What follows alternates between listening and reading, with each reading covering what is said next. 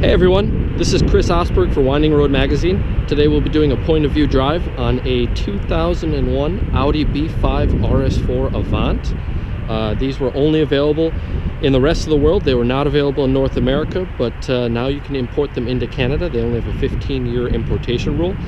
And my friend Sergio was kind enough to bring his over from Canada, and we'll be checking it out today. If you like fast Audis, make sure you check out my personal YouTube channel at Chris O is my username, and enjoy the video. Thanks.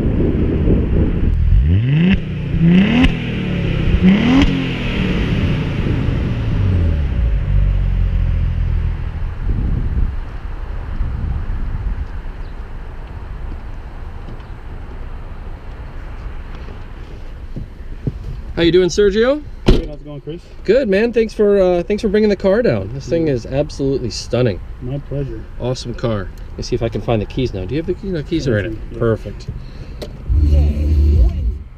Thank you.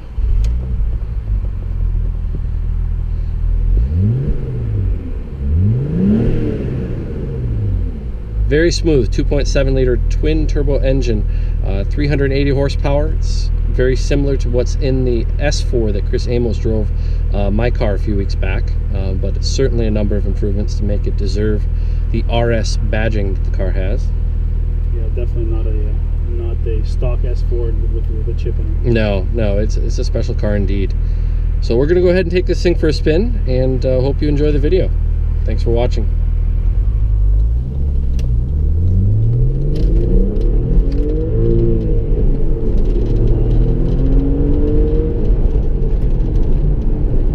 From the factory, these came with 380 horsepower, which was pretty astounding for back in the early 2000s. Yeah. The S4 was only at 250 horsepower, and everything from BMW and Mercedes was barely above 300 horsepower. But you've had a number of S4s over the years too, right, Sergio? Oh yeah, I think I'm going on 5 B5s. S4s, yeah, at least 5. Bit of a sickness, really. I think you can relate to that. I can absolutely relate to that. So it also has a 2.7 liter V6 bi-turbo engine similar to the S4, but as you know, it's a number of modifications to support the 380 horsepower. It's got the block and the heads engineered from Cosworth, which Audi owned at the time. The internals have been changed. Runs more boost pressure, larger turbochargers, larger intercoolers, larger injectors. Almost everything on the engine has been improved in some way or another.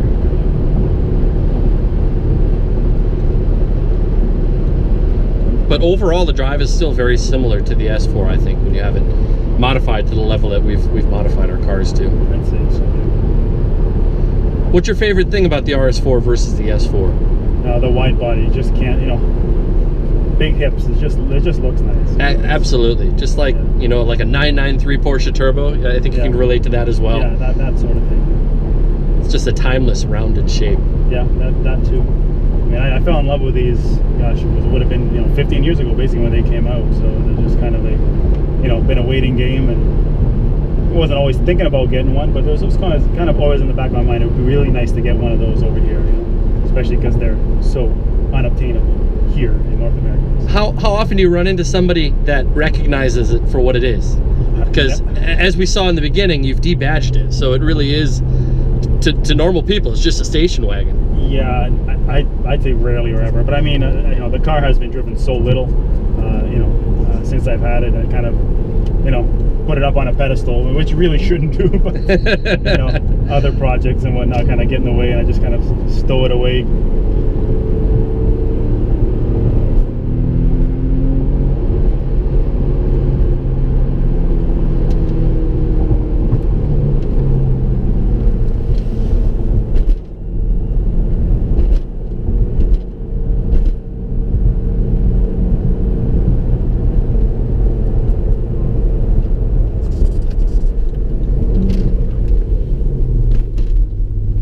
Is that the stock shifter you have on it? Yeah, it is. Yeah, unmodified. I used to, as a matter of fact, I used to make short throw shifters for the B5s many moons ago, and sold quite a few of them. But in my older years, if you can call it that, I more prefer a little smoother, longer throw, so you're a little more certain that you're in gear. Yeah.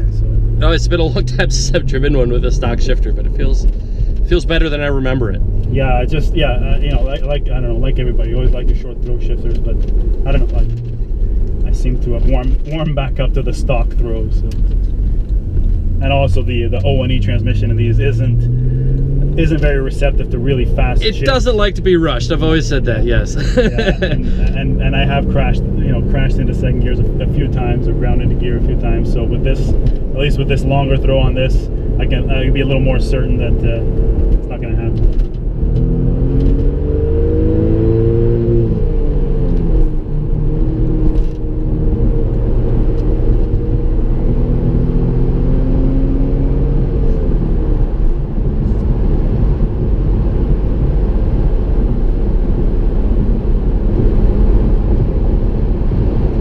Now it has a different third and fourth gear ratio than the S4. I can't even notice it though while driving. I think it's a... Yeah, third is a little shorter, as is fourth, I believe. But definitely third is a little shorter. But yeah. It's not a huge difference. Yeah.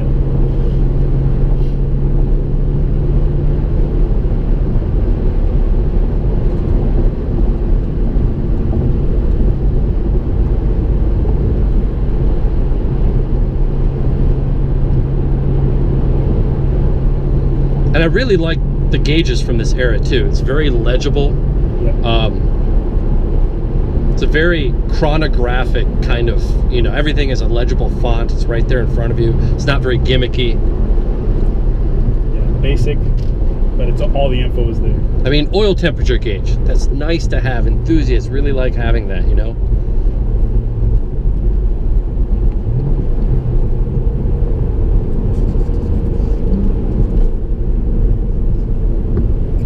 As I said before, I've never driven one of these in a close to stock configuration before, so I was really excited to drive this car. Yeah, it's old by today's standard, but it still holds its own in my opinion. I mean, it's entertaining. It's fun. Yeah. It's got a lot of character. Yeah.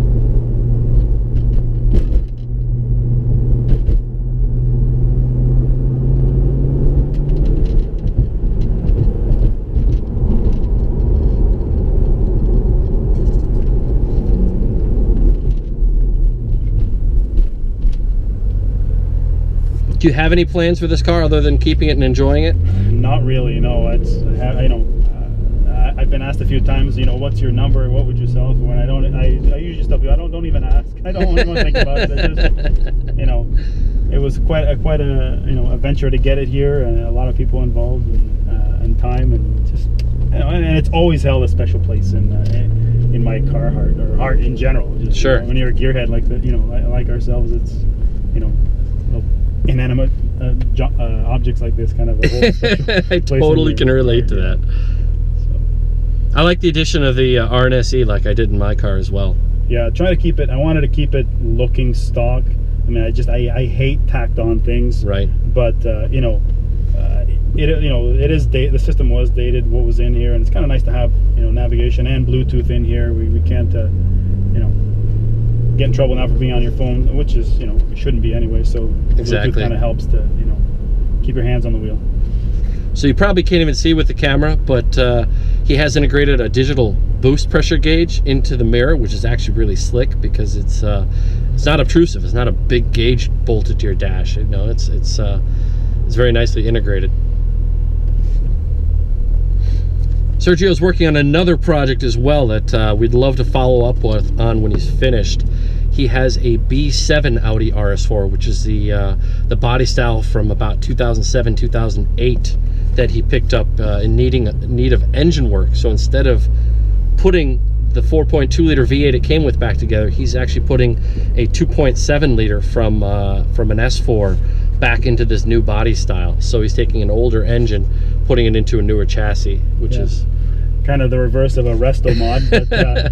But you know, again, you know, the torque of this little 2.7, it's just, you know, it's addictive, and it you know, not to mention I know the engine well, so I figured, you know, why not try that out? Just absolutely, I don't blame you at all. In fact, you're doing it out of opportunity, but there are tuners in Europe that have done this swap even with perfectly good 4.2s. That's right, yeah. And stuck 2.7s, and I think ABT Opt did a car with that setup, and it'll be cool. It'll be interesting. I do love the 4.2, but I'm curious to see how it drives with a properly warmed over 2.7. Yeah, it's people will say otherwise. That the 2.7 was never regarded as being a very reliable engine.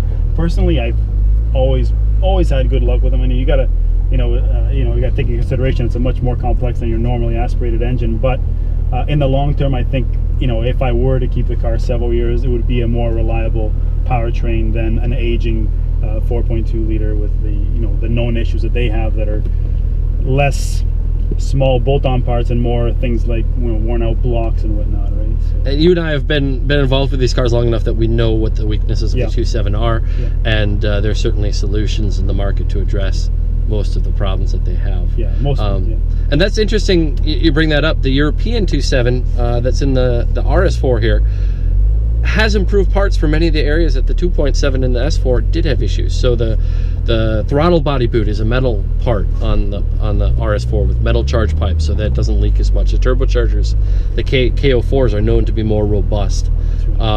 Generally, this is the best version of the 2.7. And that's sort of what I went with as well on the B7 RS4 project, just kind of upgrade everything that breaks. It's pretty typical, but I didn't want to just throw a 2.7 in and just hey, here's a 2.7. No, I want to make it right. And if we do a video on the car, the level of detail, some of the stuff, but I kind of sometimes wish I wasn't such a perfectionist. Just the hours spent with the most minute details, just fix all the stuff that stuff that was basically fixed for this 2.7 that wasn't really wasn't really serious production for the majority of the 2.7s, but it just makes it that much more reliable. You can count on it to I know how you work, Sergio. I know your philosophy, and I think that you're going to put together something pretty special on that car. Thanks. Loves it. It shows you started doing them. Oh, Daddy, I want to do another video. I'm like, oh, I've posted one.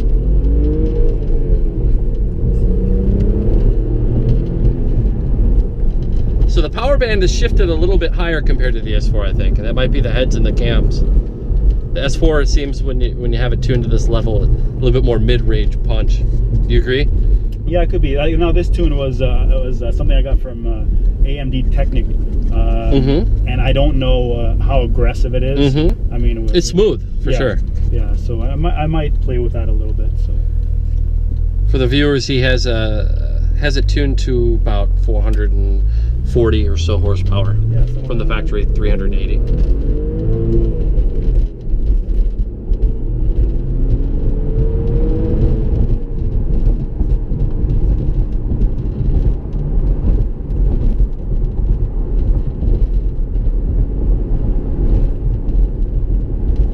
The tuning potential with this platform is nearly endless. There's guys taking these anywhere from mild bolt-ons to the mid 400s all the way up to 1,000 plus horsepower. I mean, reliably without touching the internals, you could do 600. But I mean, reliably, that's that's the ceiling without touching internals, which kind of says a lot about the original design of the engine, in my opinion. But,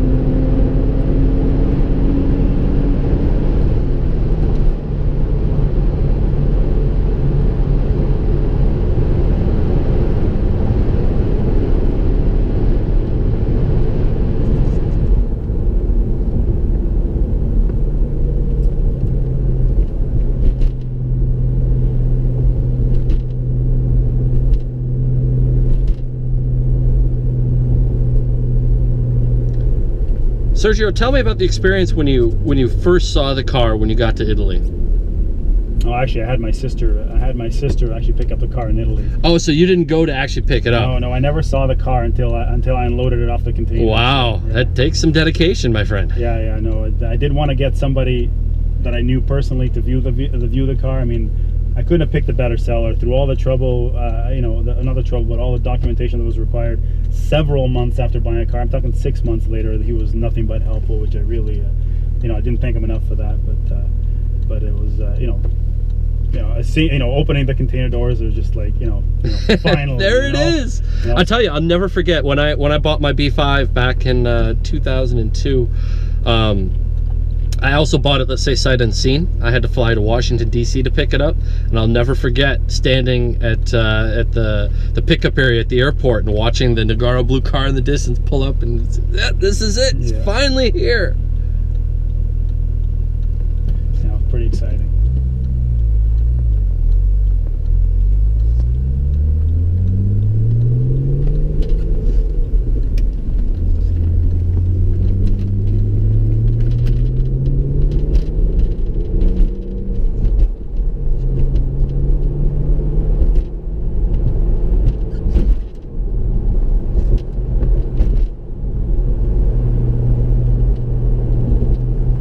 But I like it. I like the aluminum in these cars. It kind of breaks up the all black. Yeah. Carbon is cool, but then it's just all black everywhere. Yeah. Well, the carbon I wouldn't have turned down. I wouldn't have turned down the carbon, but I bought the car. I did, and I just figured, leave it.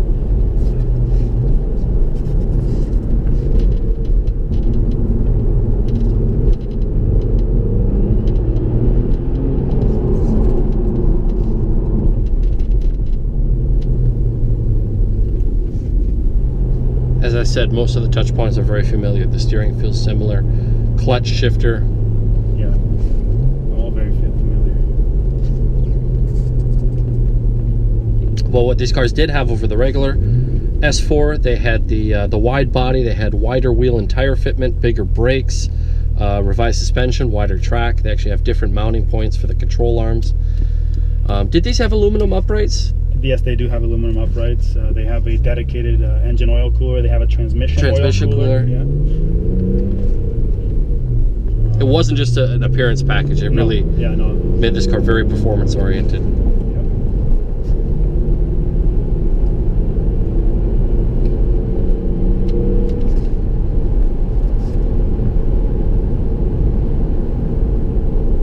It still rides pretty nice for considering the mileage and age. It's held up all right. You got your usual creaks. That's the parcel shelf cover there in the back, but not too bad.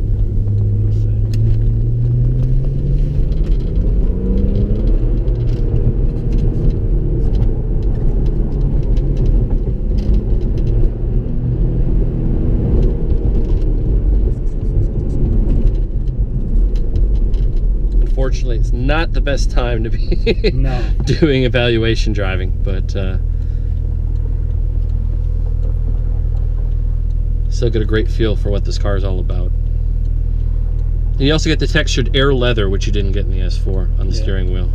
And I believe the RS4s also had the optional Alcantara on the steering wheel, did they not? Or was that another option? I've seen it before, so, yeah. I think the Alcantara on the steering wheel was the option with the Recaro fixed back, the race sort of seats. Like the pole position style Recaro seats, which is very, I think it was an exclusive option on these. But you get the shift knob as well, I think. Yes, that's right, that's correct, yeah.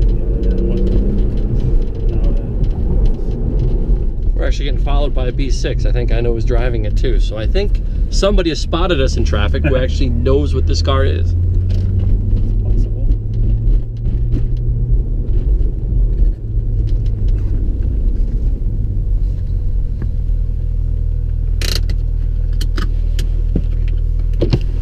What's going on, buddy? That had to be RS4 Who else is going to be driving around in a B5 RS4? I was like, that's not an S4, it's too wide. And I was like, tell me that's not the European only one. I was like, oh my God. Where are you going? Welcome to my video.